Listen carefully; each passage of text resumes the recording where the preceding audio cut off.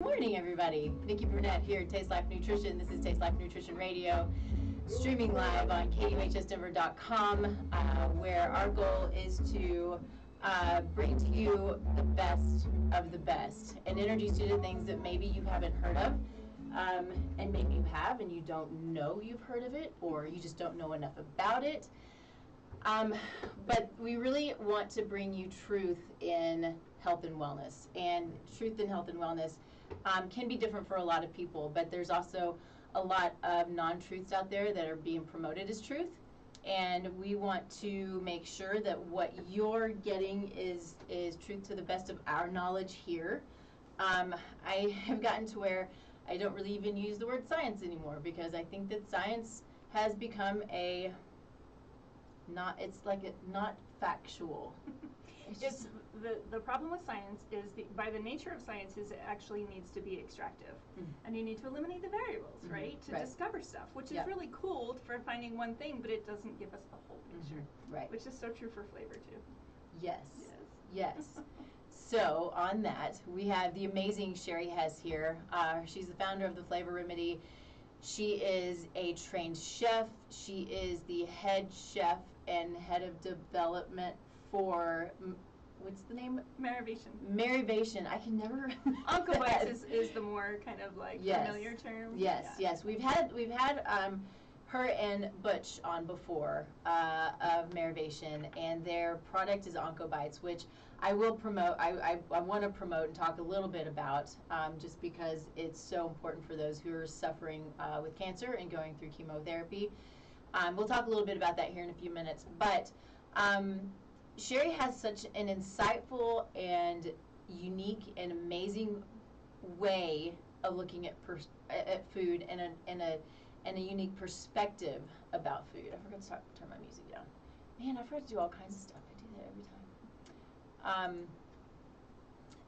time. And it's really a matter of, and I talked a little bit about this on the promo, but when we learn to understand flavor and understand nutrient density beyond what we just see on a plate and being still and taking it all in, it can change how we see food. It also can change how we utilize food, which is so important. Yeah. Right? I really loved in your intro how you talked about food as a communication thing. Yeah. Because that is so key to the way I talk about flavor too. Like this idea of, us tasting things and then using our sense of taste really for what it's designed to be, right? Like it is the only thing we're born with to be able to detect nutrition. And because we've gotten so deep into this worldview that nutrition needs to be this scientifically proven, extracted understanding of things, we have really pulled away from even thinking that our sense of taste is providing us with information and giving us that communication. Yeah. And I also loved your analogy of if you don't speak Spanish and you put this that was such a perfect analogy, because I feel like that's what's happening when we're manipulating our flavors, when we're trying to make something taste like something that's beyond what nature's giving us, right? That was just such a cool intro. I loved listening to it. So we'll talk about that again, because I think it's, if you didn't see the promo, I want to talk about it, because I think it is important to have an understanding and have that understanding. But gratitude can change the world, and so I think it is important for me to take that time morning and evening to.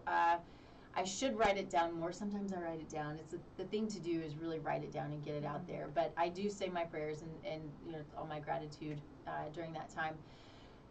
But we want to talk about it because I really hope that it is impactful. And I say it every week, and I hope that it's remembered. So somebody out there takes it and goes, okay, I'm going to say my gratitude. There's so many things to be grateful for, and it radiates literally. And energetically, it radiates to others. I saw a post. My friend Connie Jones, if you're out there, hey. But she said and it was very visual and graphic, not bad graphic, but it was a graphic. But it was just what we're talking about, where one person comes in, and it was bright yellow sunshine color, right? Happy person, into a group of it was dark gray, sort of, with the frowns on their face group. And the sunshine comes in, and then all of the group starts to turn into sunshine, sunshine colors. Anyway, it was really, it's that energy, it's that gratitude. Happiness makes other people happy. And I think it's really important to be intentionally happy. Nobody's always happy, but I do believe that my friend, not my friend, but I would call him my friend, Dennis Prager, said I learned that from him, and happiness is it's just what you do, right? You're intentional about it, and it spreads. So anyway, I'll be quiet. You can tell us what you're grateful for. It's so important, and I think even on a daily basis, when I get stuck in my own way and just kind of reading headlines. I mean, if you get out into the world and experience all the grief and the struggles that people have, there's always that opportunity to find gratitude, even in the simplest things, right? Yeah. And food is such a great way to do that. Yes. So on that note, I will say that what I am very grateful for today is, a lot of my friends just came back from Expo West, which is Natural Products West is like the biggest natural food conference that there is. And I'm part of this beautiful studio called the Rainier Studio right now, and we're all kind of working towards the direction of creating a more regenerative food system. Yeah. So the feedback that I got from them was that there's so many different approaches and so many different brands and people really wanting to make a difference in the food industry, and I'm just so grateful that there's such a wave of momentum around that. I do love that because I feel it too, with food, with health, with moving into understanding root cause. Because root cause, a lot of times when it comes to our health, is the food that we eat. A lot of times, a lot of times. What is it most of the time? Maybe, at least in part, right? And so we may believe that we're eating food that's healthy and nutritious and nutrient dense and all of these things, but is it? Right? And so those are some of the things that we want to talk about today. Real quick, too, for those of you who are watching, if you have questions, I am trying to get better about answering questions while we're going through the conversation. I do want this to be as interactive as possible, and would love to answer questions if you have. So if you're on any of the Facebook Lives or the Instagram, or I think that's all we got right here, but feel free to ask a question, and we'll do our best to answer if possible. So what am I grateful for today? I'm grateful for another year. Yesterday was my 51st birthday. Happy birthday. Thank you. And so everybody's asking me, what are you going to do on your birthday? So for my 50th, we went to Florida and had a big blowout, and it was amazing. This year I was like, I'm working. Went to a really great networking meeting last night, which is always fun. So my hair's going crazy. And I just enjoy so much the people who I'm surrounded by, whether it's business, personal, professional, a combination of all of those. Really good people. I'm grateful for my sweet husband, who I came home. I had to leave a little early last night because he said, what do you want to do for your birthday? I was like, just get some bubbly. So, bubbly. So he had bubbly ready for me from a company, now I can't remember, but it was a vintner who we went to see in Sonoma. And they have, when you go to their vineyard, it's a cave tour. So it's like cool. Really shrum.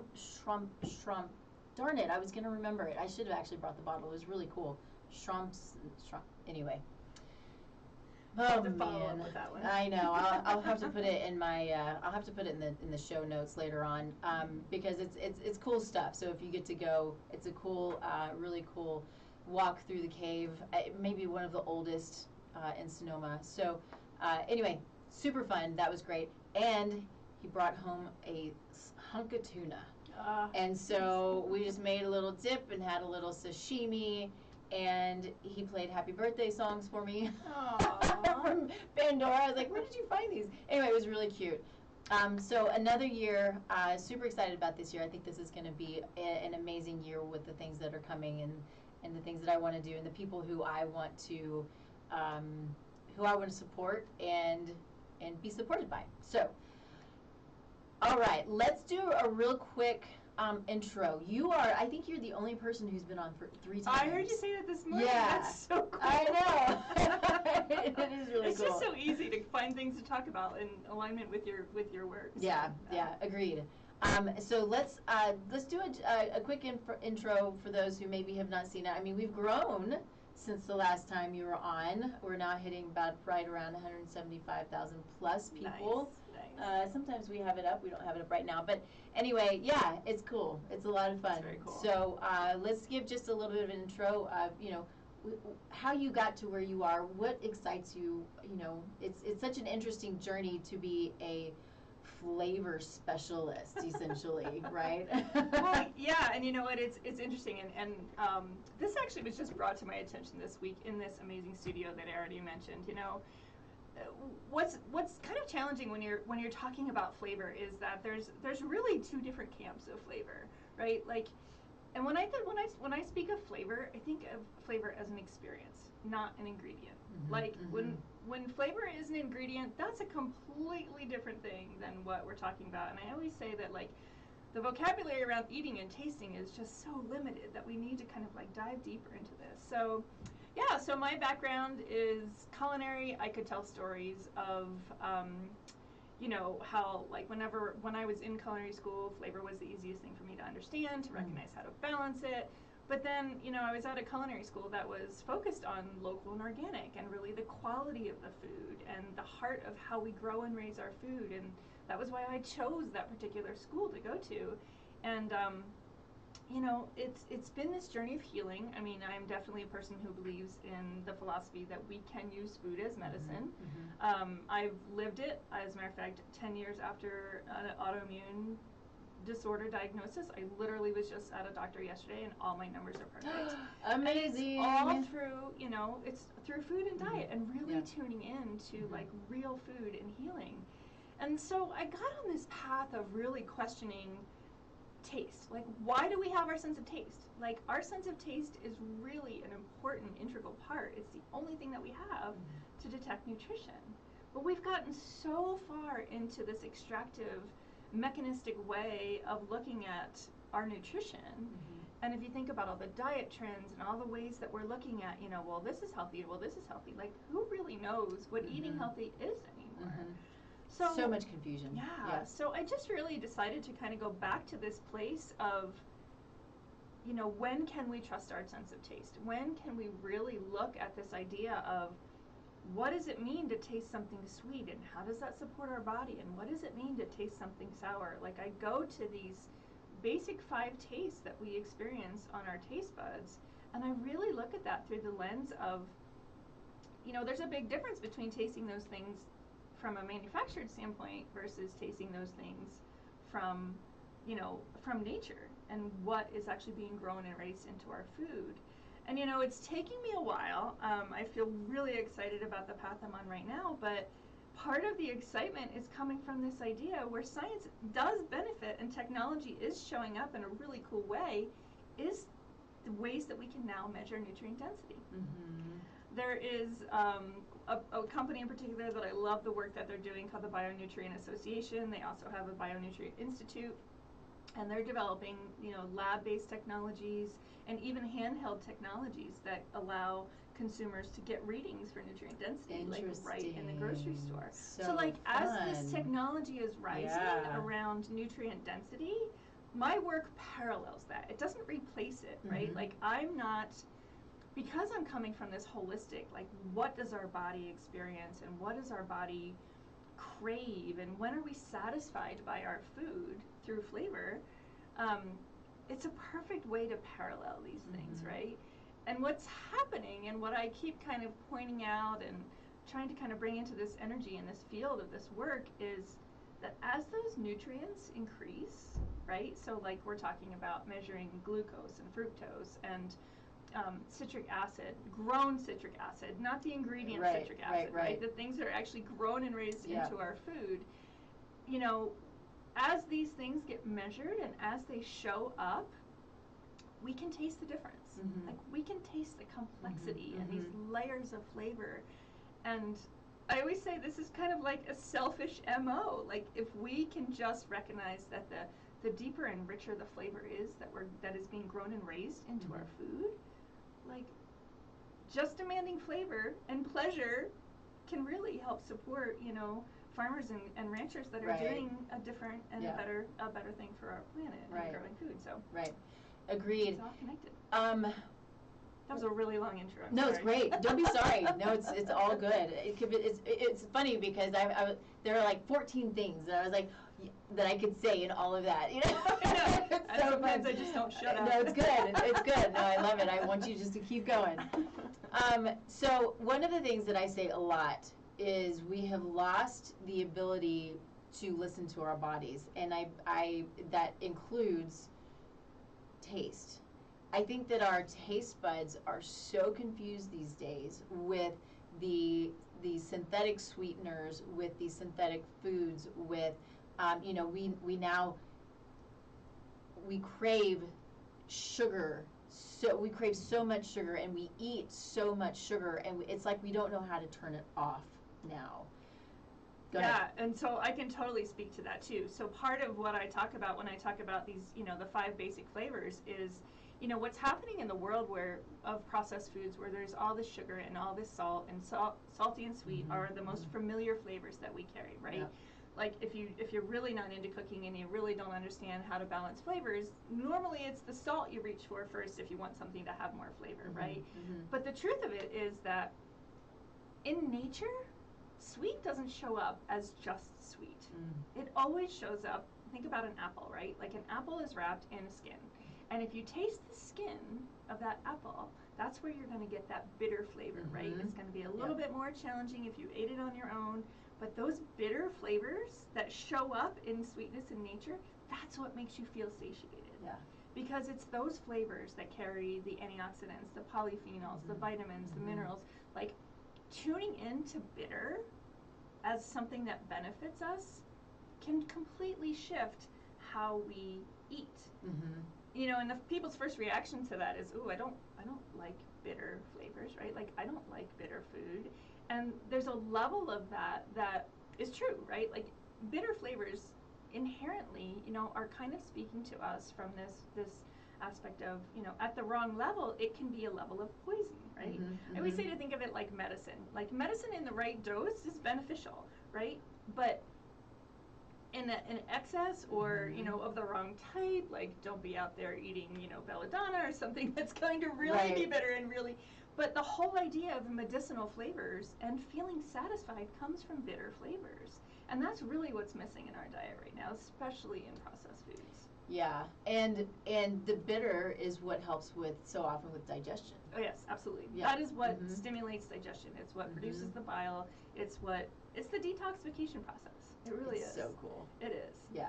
So we talk about, I always say, the food pyramid should be a flavor pyramid, right? Like, when we understand the flavors that we're tasting, we can search for umami flavor in kale, right? We can search for that flavor of protein in plant-based things instead of trying to make everything taste like chocolate, right? Like, why aren't we like just embracing? Because the ironic part of making protein taste like chocolate is that protein is actually a flavor we love, like that umami flavor. And it's a very highly manufactured flavor because we do lean into it so much, right? So when we're eating something that has that umami flavor without protein behind it, it's the classic situation to set us up for food addictions. So because we're reaching for the flavor and we're tasting it and we're going, wow, that's a really, like, and people don't necessarily, umami is probably the least recognized or least known flavor. But it's like this lingering, savory, it really makes you want more. So if we're tasting that taste, but we're not getting the protein, the body's going to go, well, like you said, you're speaking Spanish. Really make sense. You're trying to speak a language, but there's nothing understood by the body there. Yeah. So it goes, well, I need more because the protein wasn't there. So, this is kind of my theory, and this is where I really... kind of dive into it, and I would love, the science behind it, but it's just logical to me, right? Right. No, it makes so much sense. And so one of the things that I had said earlier in the promo, and again, it's another thing that I say a lot, and I think it's important to really understand and take in, is that food is a language. It's communication for our cells and for our DNA. It literally tells our body what to do and how to function. And so if we're eating good, clean food, our body's like, okay, I got this. I know what I'm supposed to do. Our DNA is expressing properly, and we've got all, it's all just in line and functioning properly. But if we're eating food that is full of chemicals, full of natural flavors, full of course of toxins, pesticides, herbicides, the nitrates and nitrites, and what other preservatives and colorings, all of the things that is in food now to make it look like food when it's not food, or let it sit on a shelf for years. Take a Twinkie, or eat, what is it, the McDonald's like Big Mac or what, they sit there and they don't ever age. And I don't want to age, but I want my food to age. Yes. Anyway, if we're eating these things, the body's like, I don't know what this is, and this is kind of that, speaking Spanish, the body's like, I don't understand, and so it becomes confused, which then creates the inflammatory process, which then creates dis-ease, right? So we have these diseases, we have these cascade of symptoms, and we're like, why is this happening? Well, probably because of the food that we're eating, or in the nutrients that we're not getting, and then, the lack of digestive function because we're eating on the run and we're not sitting still and we're not, tasting the food and bringing in that gratitude, which changes the biochemistry and all of the things that we could talk about, around mindful eating. But I love the concept of mindful eating also because it is about sitting and taking in the flavors, which helps with the process. Yeah. And I speak a lot to, this idea of mindful eating in my work. Essentially what I'm doing, in my workshops is I sit down and I walk people through, well, what actually is the experience on your tongue and in your body, because that's another part of it. Like when we look at flavor as just this superficial pleasure experience and we don't really tune in to the actual effects that our body's feeling, an hour later, 2 hours later, what's happening in my body, then, you're kind of missing out on that whole communication circle of what your body is telling you. So by looking at the 5 categories of flavor, salty, sweet, sour, bitter, and umami, and making that part of the mindful eating practice, that's where you really tune in and you go, okay, wow, all right, I'm picking up on a little bit of an umami flavor here as I'm eating my kale salad. Does that mean there's protein? Like, I find myself doing this all the time. So fun. If I taste something, like I just was given a supplement by my integrated health doctor yesterday, and I had taken it years before, and this time when I took it, I tasted it, and I was like, wow, this is really, like, it felt like, it almost had this experience of like a dashi broth, which is a really high protein fish-based broth. But it had this like caramel flavoring on top of it, right? Which is what we do, right? Like we want our medicine to not taste like medicine necessarily. But I was like, this is so crazy because just recognizing those flavors, and tuning in and being like, okay, where's this sweetness coming from, and what am I eating with this sweetness, and what is the intention behind, wanting this energy, like, when you look for the flavors in your food, it's a whole nother level of mindful eating, and it just gives you something else to kind of grab onto. Yeah. So in your workshops, you are literally teaching people how to pick out flavors. Yeah. Yes. So that would be the workshops that I would do with like individuals or in like wellness communities, right? Like it tag teams really well with nutritionists. It tag teams really well with like wellness communities. I just did a webinar yesterday, and it's hard sometimes on a webinar because you can't really be interactive. But yeah, like my tasting workshops, we'll walk through like the actual experience of tasting whole foods, and then sometimes we'll even like counter that with, well, okay, so if this is what it tastes like to experience sweet when you eat an apple, and this is what it tastes like to experience sweet when you eat a piece of candy, right? And people really are blown away by the difference in complexity, of what you taste in nature versus what you taste in candy, and how is so focused on sweet alone, and it's just not complex, you know? Yeah. So yeah, that's part of what I do. The other thing that I'm starting to do, and this is where the Taste Beyond the Label kind of, you know, title came up with for this show, is, you know, I'm starting to work with brands, and it's really cool. Like, these are brands that, you know, typically have started because they had a health issue in their own family. You know, they wanted to eat better. They want to create a product, because let's admit it, packaged food isn't going away, right? It's and the truth, and there's definitely brands that want to do it better, right? Yeah, it is fun to watch that. Sorry to interrupt, but to watch the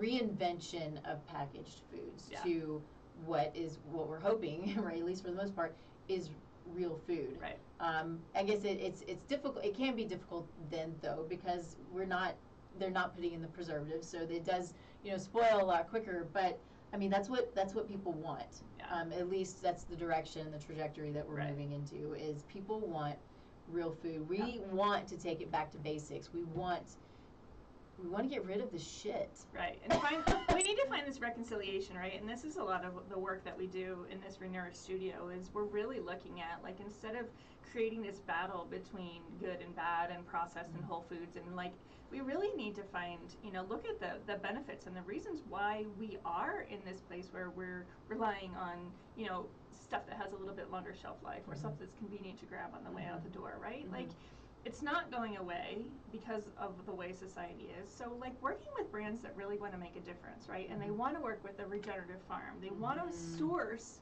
in a way that they're, you know, addressing the bigger picture of food, not just the taste experience to the consumer alone, and looking at it, you know, from just that lens. They want to support these better practices, and, you know, and it's the Taste Beyond the Label thing is a program that I'm really excited about, because you can taste a difference. You can taste a difference in quality in a product from someone who has the exact same ingredient label as another brand.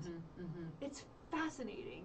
I could tell a story of an actual brand that I'm working with, and it's so I did a taste test between 3 different brands. These were plantain chips. How fun to do taste testing. Oh my God, we should be doing taste testing all the time. Yes. Like, part of my work is, let's get the grocery stores to let us taste before we buy. Yeah. Like, it would be so supportive of better ways of growing and raising our food. Yeah. But yeah, just doing a taste test. This is a packaged chip, right? It's a plantain chip.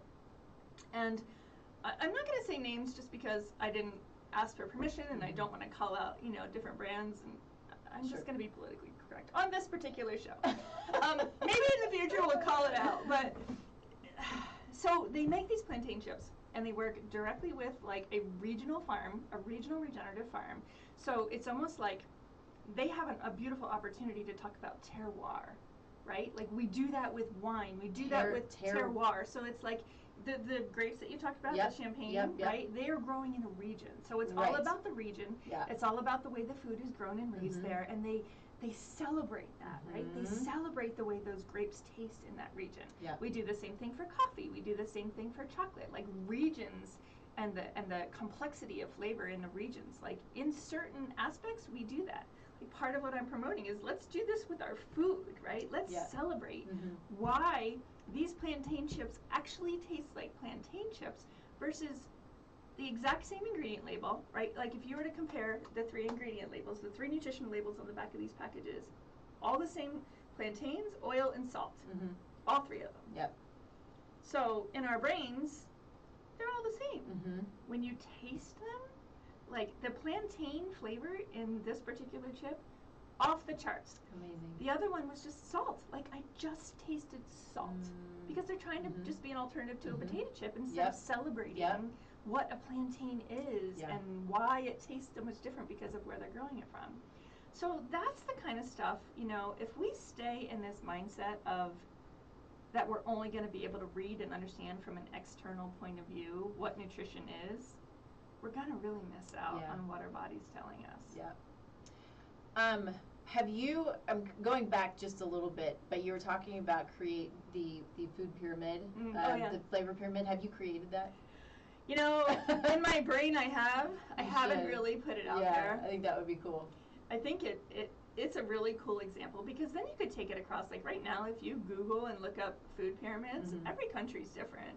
Again, based on ours regionally. Is ridiculous. Right, but it's also, right, so it's also based on influence, right? Yeah, we can get in a whole different lobbying conversation there, but you know, it's also regional, right? So if you look at what they suggest you eat in Europe versus what they suggest you eat in Asia, like they're all different. And it's all confusing, right? But if we looked at it through this lens of flavor, like how much umami flavor should I have in a day? How much bitter should I have in a day? How much sweet should I have? You know, like it's a whole different way of, you know, kind of creating this worldwide way of looking at how we consume our food. So I'm gonna take a quickie sort of self-promotion, not break, because I'm having this idea as we're talking, and I think you probably know, but I am creating and hopefully launching my Soulful Conception course program soon. It's been soon for months now, but soon. I'm super excited about it, but we're getting there. And so my intent with this program, of course, is to give a holistic approach to women and their spouses. So this is not just about women, although I know I'm speaking mostly to women, but to preparing for pregnancy. It's so important to, you know, the data shows the more you plan, the better the outcomes are. You know, negative outcomes, which obviously are super heartbreaking, are, you know, they're higher, much higher than they should be. But if you're planning for it, then they are significantly decreased. My other piece of that is bringing together practitioners who are my guest experts. And I think that having you as one of my guest experts and doing a workshop, so not even, you know, part of one of the programs is doing, you know, a little sort of day retreats, you know, workshops, kind of body love kind of stuff, right? And taking that time to you know, kind of go inward and learn about your body and love on your body no matter where you are. But anyway, I would love to have you as a part of that, because I think that taking that step back and really understanding why mindful eating is important and why it's important to taste your food and understand food, and then of course gives you the ability to, like we talked about already, break down, digest, utilize the nutrients. I think that would be a really cool workshop. Well, and I really love that idea too, because, you know, if you think about most people that have been through any kind of like dietary change, right, have noticed a difference in your taste buds, right? When you eliminate sugar from your body, all of a sudden sugar has a whole different taste experience. So that's another thing that I talk about, like this idea of flavor communicating to us.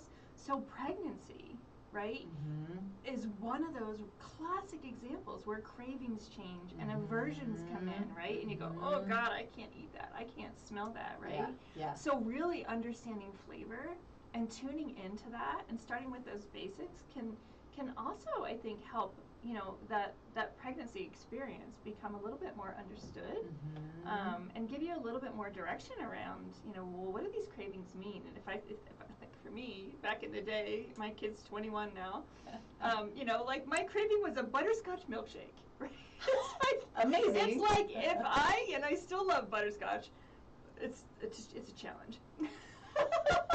But like the truth is, what's the real food behind that flavor? Like you think that's what you want, and of course if you taste that and you just go on taste alone, it's gonna probably taste good. But what is the truth behind what that craving really means? What's the real food behind that you know, that language that your body is using to tell you I need something, right? So I would love that. That would be super cool. That would be super cool. It's an interesting and sort of hard concept to grasp, I think. You know, I talk about this, you know, when women have cravings during PMS. Right. And it's, you know, it's a lot of times it's the chocolate. I gotta have my chocolate. But what is it? The body's talking to you. So instead of going for, you know, the, you know, Twix bar or whatever the case may be, taking that step back and understanding what is it that your body's telling you Right. it needs? Because it needs something. Is it magnesium, right? Right. Is it serotonin? Right. Which is not always easy, but I mean that's why we have people who are specialists in what they do Right, who right. can help you, sort of move through that. But it is interesting because we use up a lot of magnesium during that time. We have sort of our a lot of us can. Thankfully, I've not had a lot of this, but can have the depression and the anxiety and the emotional piece component that goes along with it, and crying or anger. And so, what is it that the body's needing during that time? And same with pregnancy. Yeah.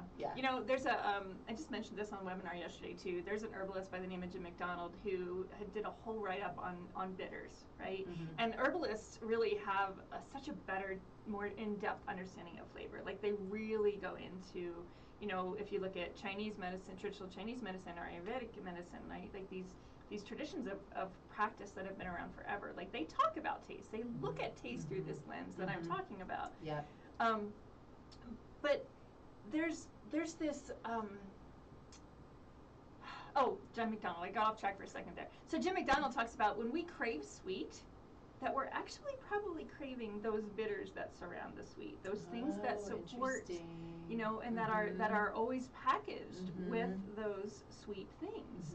So like that would be something I would introduce, right? Like, and exactly what you're talking about. If it's that chocolate, and if it's that dark chocolate, if it's something about that, at a more complex nutritional level, maybe it's okay to have chocolate. Like this is the whole thing about understanding complexity of flavor and how that correlates to true flavor that's grown and raised into our food.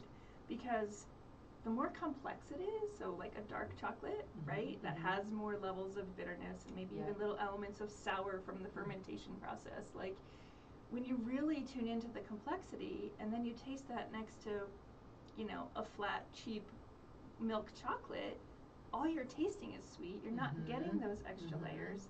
Like, it's the perfect example of, like, a chocolate is not a chocolate, and a tomato is not a tomato, and an apple is not an apple, and beef is not beef, right? Like, we can't keep categorizing these things as all the same, like a label does. Right. Because there's so much more complexity to it. One of my favorite things about growing my own food is and having the soil that's good, healthy soil, and all of the so remember the cacao nibs you gave me years ago? I still eat it. Yes. I love that. Yeah, that was a great story. Andrea is she's a big reason why I'm on this mission. She's a dear friend. Nice. And years ago, before organic was even like a thing, she was on the train, and I basically called her crazy. Hi, Andrea. That's awesome. And now I'm like, oh, thank God she put me on that road, Yeah, so fun. But that goes along with the food. When you're eating food that you know where it came from, and you know the ground that it was grown in, and you're comfortable with that, the flavor and the complexity of food directly out of the ground is amazing. And such a problem with, and I don't know how to go about it besides everybody just growing their own food, which I know is not possible either, but is that when we buy our food at the grocery store, it's picked way too early, and so it doesn't have the ability to fully develop. So it doesn't develop the nutrient density, it doesn't develop the complexity of flavors, and so we're eating, even if it came from good healthy soil, we're eating depleted food, for lack of a better word, because it wasn't allowed to go through the process. And there's a chemical, and I feel like we talked about this the last time and I still didn't look it up, but it's interesting because there's a chemical in a fully ripe fruit or vegetable that is not there otherwise. And I don't know if you know what I'm talking about. I don't, but it makes total sense. Yeah. I mean, because it's not going through that natural process of developing the sugars and whatever, whatever else it is to hit that point of ripeness. Yeah. So it's a beneficial chemical for us, and if we're not eating food that is as ripe as it should be, then we're not getting that. It's almost like too, and I have to say this because you're talking about beef. When we're eating meat that is put, taken off pasture and into a feedlot, and they're fed all of these things that they wouldn't naturally eat, they are then depleted. They're inflamed and depleted of the nutrients that we're supposed to have. One is specifically conjugated linoleic acid, and if you are a workout person, or if you just know what this is a natural component of cows. And if you take them off grass, within 2 weeks, this CLA is gone, and this helps us with our own body composition. So anyway, it's the, all of the manufacturing and the fakes and all the things that are taking away what we should naturally have. Yeah. And it's this perfect storm, and it really requires us to look at the whole picture of things, right? Because again, like, instead of getting into this battle of, this is wrong and what I know is right, it's more about looking at the conditions of how we got here, right? Like, so from a capitalistic point of view, we want bigger yield, we want, these farmers have kind of just been following what they believed is the right thing, right? Because they've been told by, industry that this is the right way, you'll get paid more, you get insurance. Well, that's the thing too. Right, there's so much around how we've grown our food, and Yeah. as a result, the flavor disappears, the nutrients disappear, and the health of the soil goes away. So we're coming up with all these great understandings and these really great, hindsight is 2020. We can look back at the fact that we have 60 years left of our agricultural soil to grow food. Like, that's my son's lifetime. Like, that's really scary, So if we keep looking for like a solution to a problem without looking at the bigger picture, then we're really going to miss out on long-term health, right? So understanding that we have these solutions to things, like I think about hydroponic, like growing food hydroponically. Yeah, it is solving some problems. It is giving access to maybe areas of food where they couldn't grow food. If you have some kind of a hydroponic situation in a city where they don't have access to grow foods, I see the solutions that it's providing, but how is that contributing to the health of our soils? And I keep asking, like, where do those nutrients come from? Are we extracting them from like soil somewhere else that's I don't know. I don't have the answers to that, but I just look at it like it has a purpose, but it's not contributing to the whole health of everything. And that's, when you talk about the feedlots and these cows being, kind of forced into this situation to eat things they're not meant to eat, and, it's not contributing to the whole life cycle of all things, and we are part of the life cycle. Yeah. So it's important to really pull back and look at the bigger picture of how did we get here, and as we find solutions, let's not just like say, A, this is the problem, and B, this is the solution. Like, we really need to look at the bigger picture of what are we affecting here. Yeah. I want to talk a little bit about kind of what we're already talking about, but the regenerative practices and your involvement in sort of, it's not something that I talk much about on the show, and I love it, and I love the idea behind it, but where is it going, because it's still sort of a, well, you don't hear about it too much.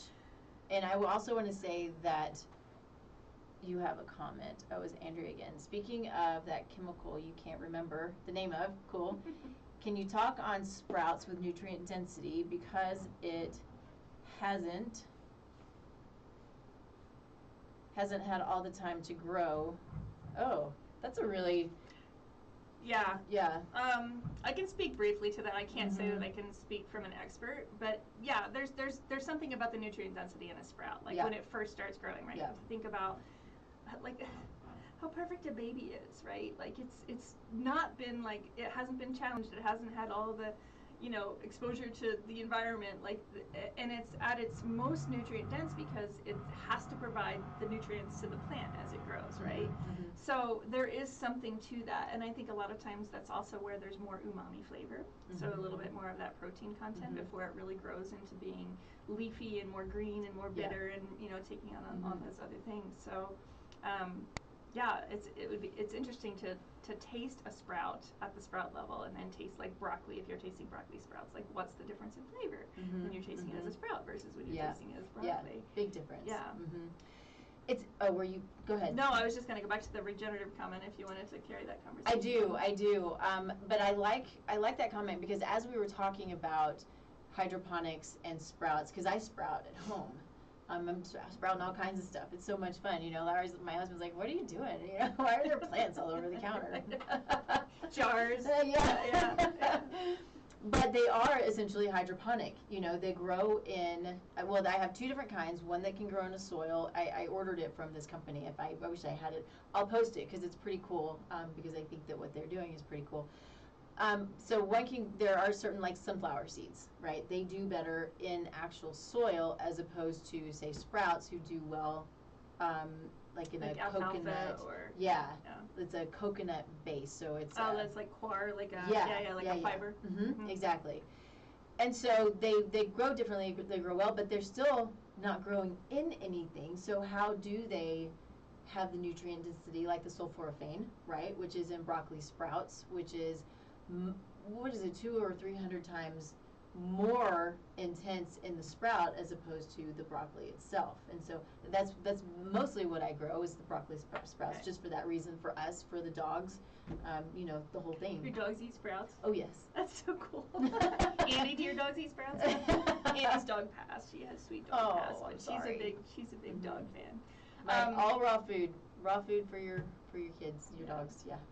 And it's fascinating too, because if you think about it from that aspect too, you know, there's a different end goal for a sprout than there is for the whole plant, right? So if you're just creating a sprout and you're looking for that, you know, that nutrient density, and you're just growing it in water, you're not trying to create the whole life cycle of a plant, right? So that's a very different thing than if you're trying to grow an entire plant that's producing fruit that's going to then reproduce seeds, right? Like that's where you really need that healthy soil, that healthy environment for it to complete its whole life cycle. But if you're just growing it for the sprout and eating it for the sprout, that's a whole different conversation, right? Because the end game is really just that, taking in that nutrition at that kind of early level of growth. I love that. Okay, let's talk about regenerative medicine. Not medicine, plant farming. Jeez, man, my mind. And I want to make sure we get to this too. We'll talk about. Oh, she ate raw. Good.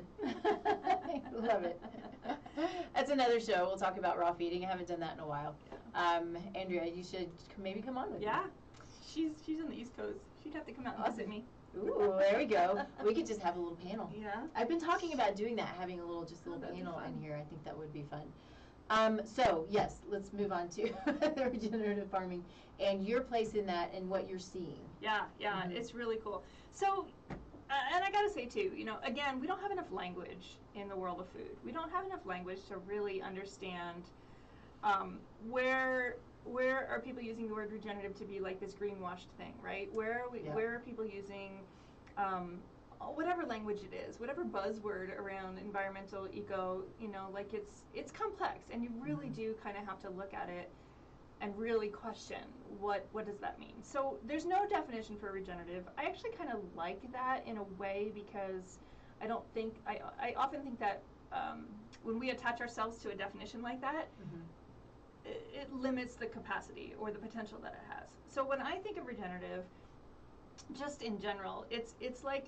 completing the living cycle of something, right? And this is what this movement around regenerative farming is really more about. It's more about looking at the whole health of what's happening here, right? So I would say compared to organic, organic can be super regenerative. Like there are organic farms out there that are probably beyond, you know, what we could see as regenerative. But there's also organic farms out there that are really just like substituting their inputs with an organic input. So it's less toxic, right? Which is way better than a lot of conventional stuff.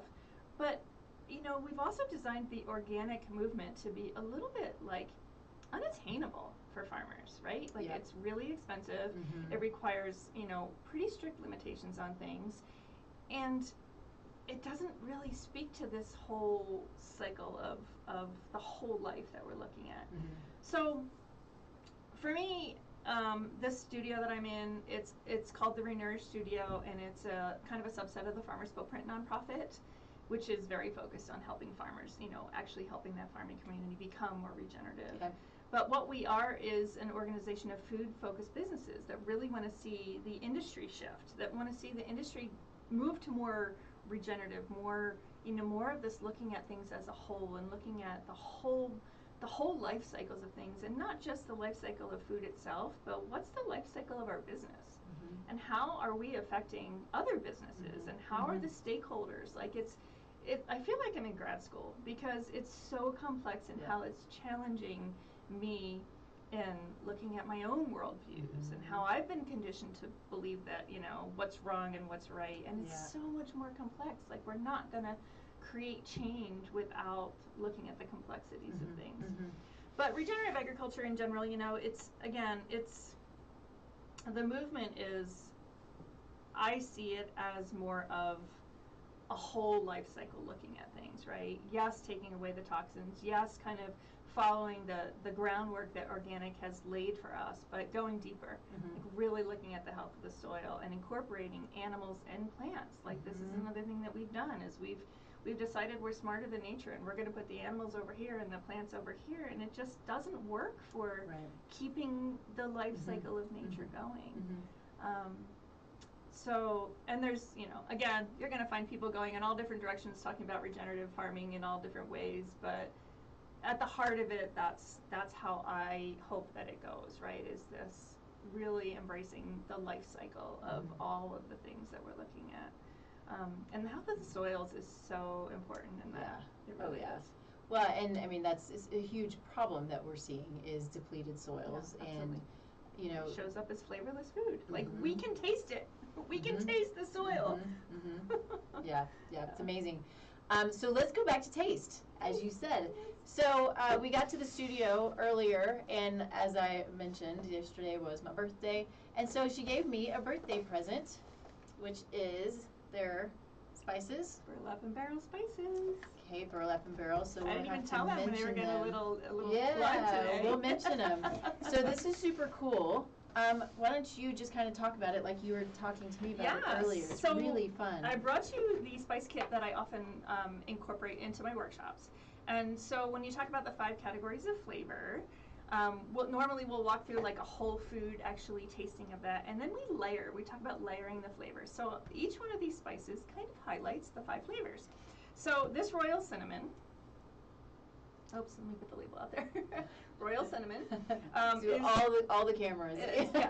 All the cameras. It's literally the sweetest and spiciest cinnamon I've ever had. So just a little bit about burlap and barrel spices. They are completely in alignment with growing food the way it should be grown and raised. And the way that they can do that is because they single source. So they get to know every farmer, and every package has the actual location on it. So like, we single source coffee, like we single source tea, like we single source wine. Like, they're doing it with spices, which is a completely brand new concept. There are other spice companies that have followed suit, but they're just, and as a result, it's more flavorful. Like, you will not find more flavorful spices than burlap and barrel spices. Can't wait. So cinnamon is the sweet one. I have tomato powder, which has the umami flavor. There's like some just deep savoriness to that. Cured sumac is the sour flavor. Sumac is kind of a Mediterranean spice. And then the Salina salt is, of course, the salty flavor. This comes from from Syracuse, New York. There's like this ancient buried ocean that they pump down and get. So it's not technically sea salt because they're not harvesting it from the sea, but it was originally an ocean. Kind of cool.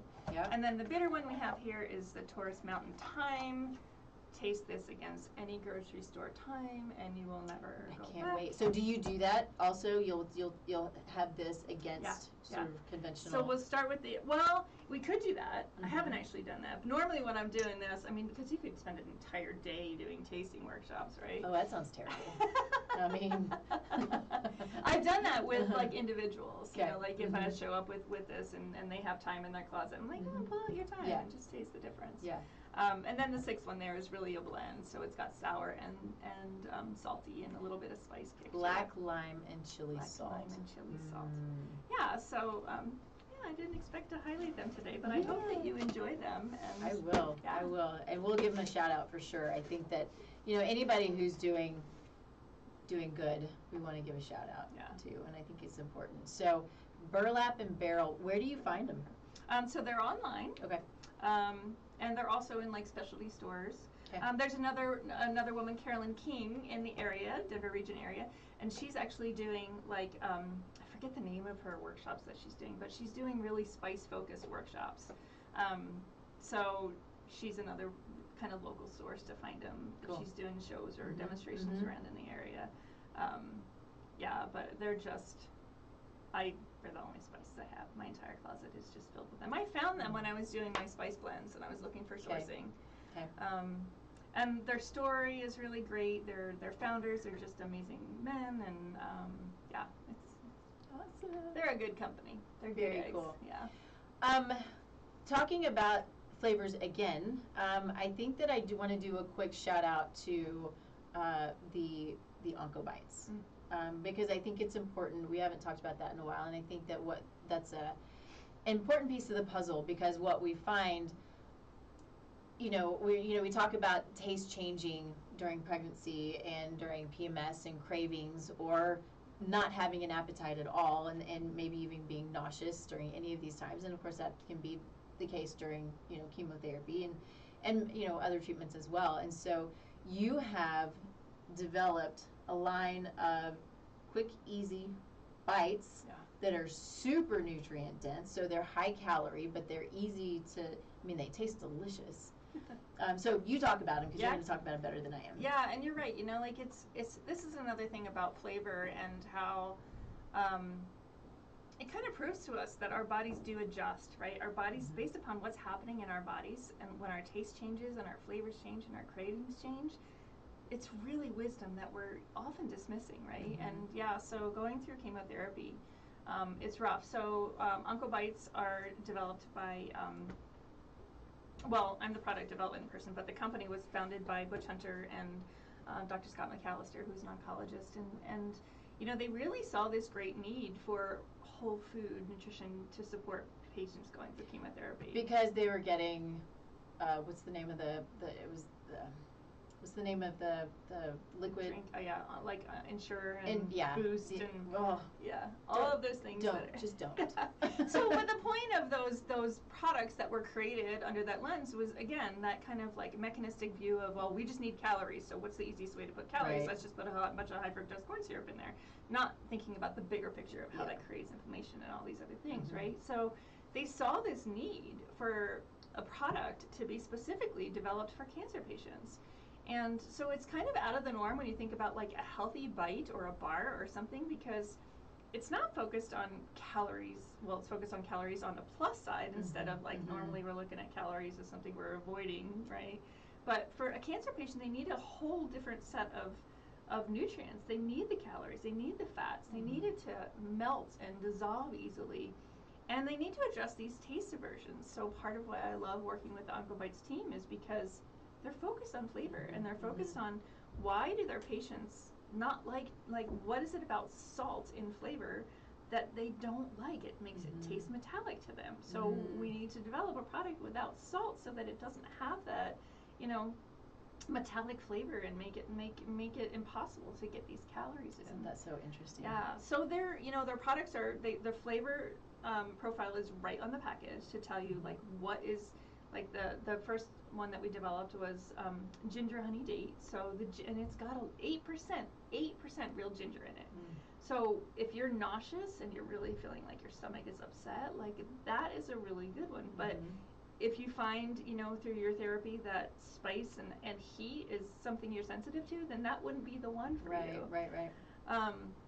So yeah, the products are really pretty amazing, and there's a third flavor that hopefully will be out soon that's focused on that tart flavor, because another thing that happens especially in throat and neck cancer patients is that they get that really dry mouth, right? Like it's really just uncomfortable to eat. So when you eat something sour, what happens, right? It stimulates saliva, that.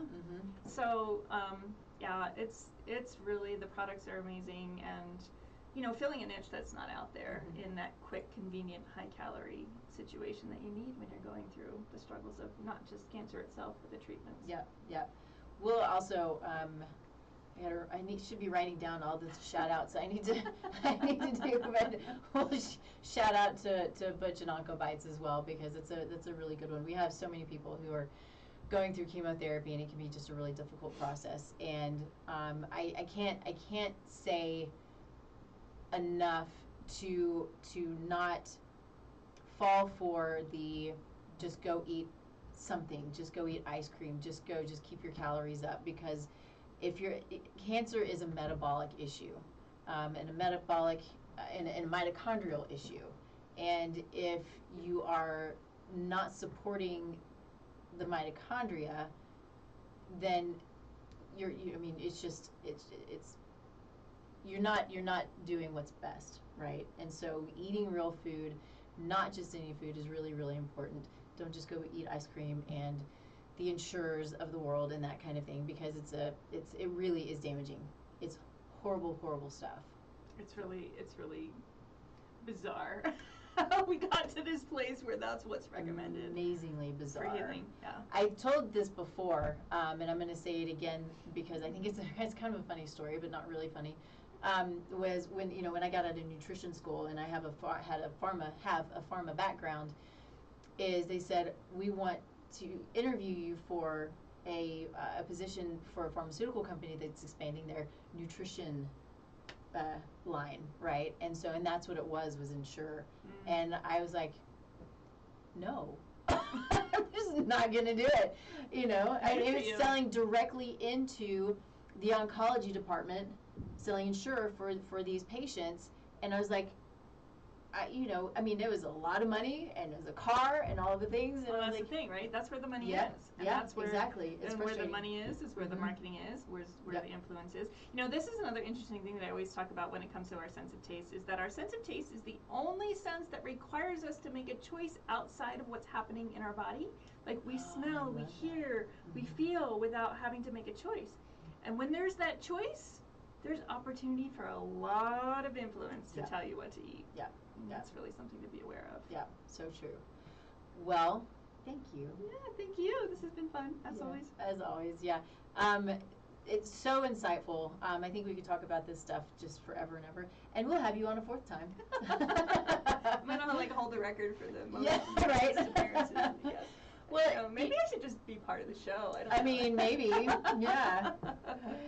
So, but that's what's so important about bringing people like you on, though, is flipping things on their head a little bit and having a real. We need a disruption to the way we're thinking about things. Yes, sure. I love that. I love the term disruption, and it's true that we need that, and we have a lot of people out there, you included, who are disrupting the norm, which really it's disrupting the norm and taking us back to the way things used to be. A little bit. I mean, yeah. Yeah. So anyway, super grateful for you. Thank you so much. This has been awesome. Thank you so much, and happy birthday week. Thank you. I used to have birthday You get months. a month. You get a month. You really do. I used to celebrate for a month. Ursula, I don't do that anymore. Anyway, thanks everybody for being here. If you have any interest in looking into soulful conception, please feel free to reach out. We'll be launching soon. I love it. So much to do. Thank you. It's going to be good. I'm really excited about it. I'm excited to support clients. I'm excited to support other practitioners. And just get all of the goodness out there that I can, because I think it's really important. So you can find me. Oh, we didn't talk about that. So where can you be found? Flavorremedy.com. Perfect. Easy enough. Easy enough. You can find me, Taste Life Nutrition.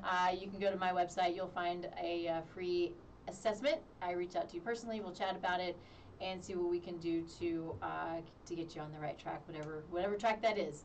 And if there's somebody else that's better for you, we'll talk about that too. So, I love that. Yeah, let me know what you need. I'm here to be of service to you. I'm here to answer questions. I want to, every day my goal is just to help people feel their best so they can go do the big things that they're supposed to do in this world. So, I love it. Thanks, and we'll see you hopefully next week. I may have something that I have to do, which means there'll be a replay, but I'm hoping to be here next week. I think it's just. Nope, that's a lie. We'll be here next week, and it's the following week that I'm thinking of. Anyway. It's a lot to keep straight. It is, but that's okay. Thanks for being here. Join us next week, streaming live, as always, on KUHS Denver, the most amazing station ever.